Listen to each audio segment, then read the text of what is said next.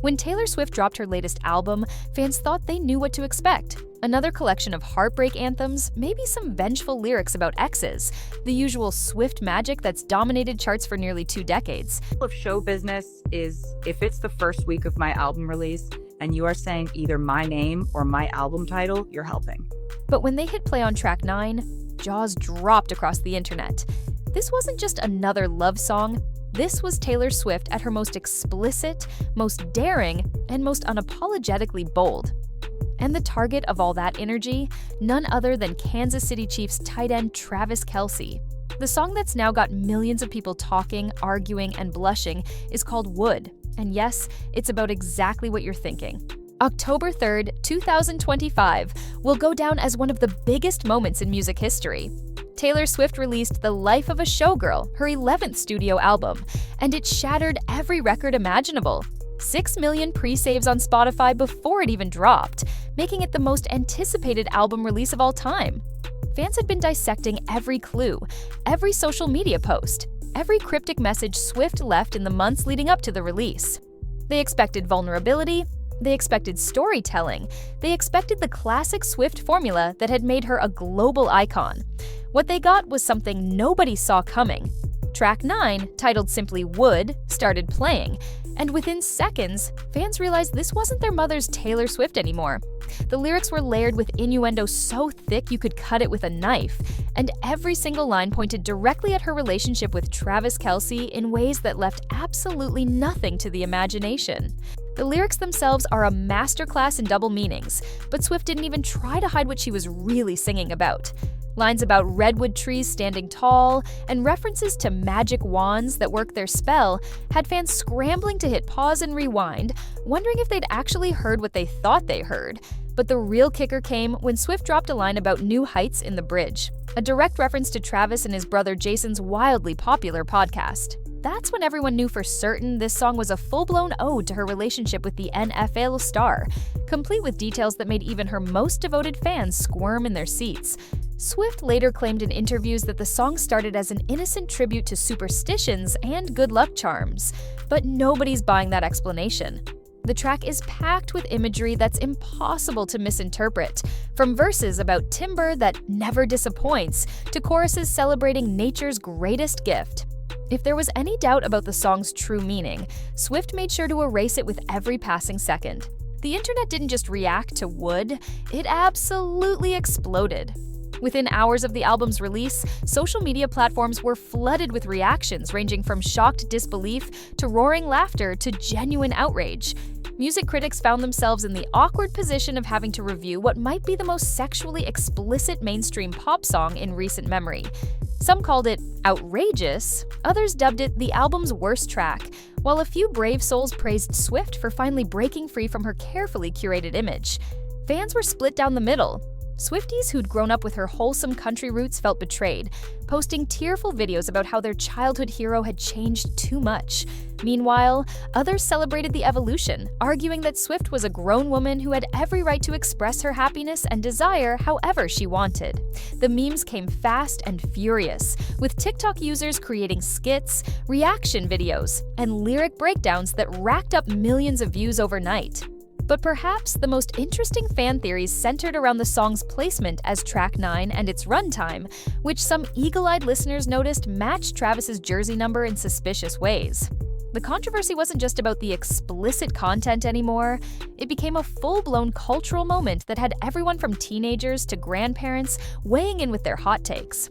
If the public reaction was intense, imagine what it was like for the Kelce family.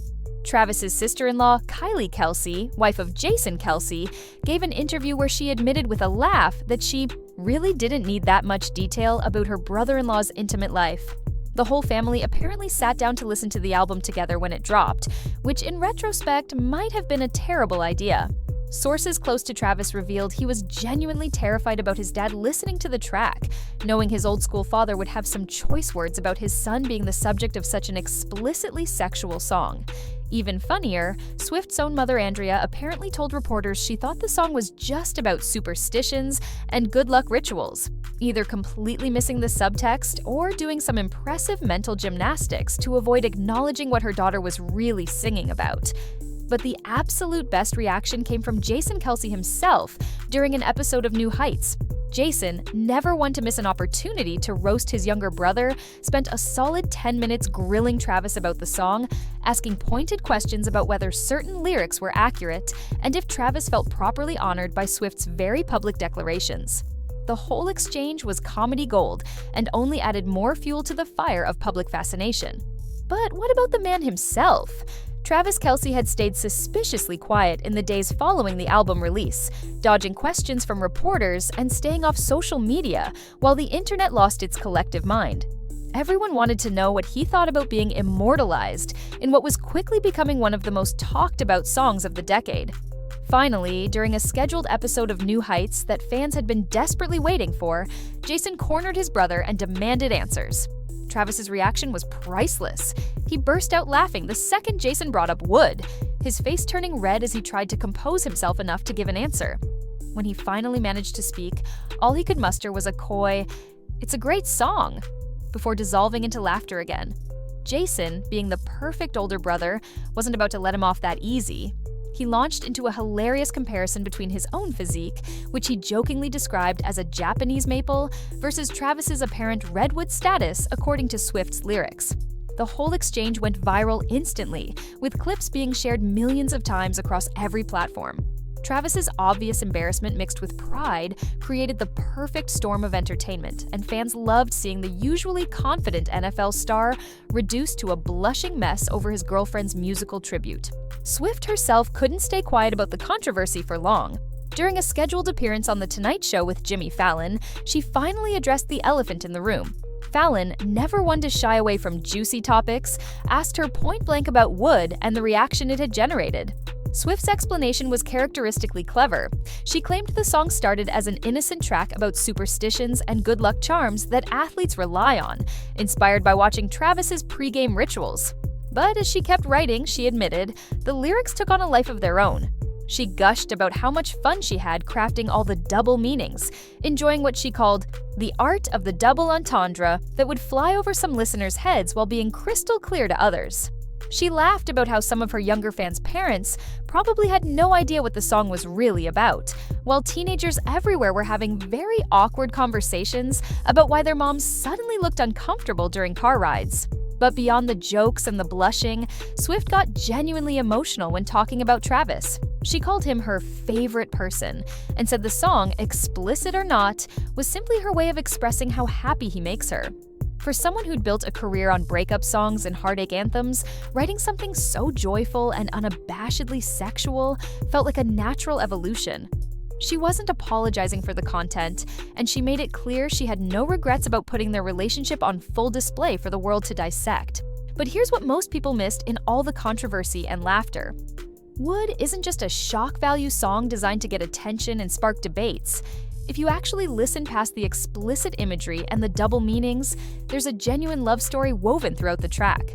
Swift includes references to how their relationship started, with subtle nods to Travis calling her out on his podcast before they ever dated, essentially shooting his shot in the most public way possible. She sings about breaking her so-called unlucky in love streak that had defined so much of her music and public image for years.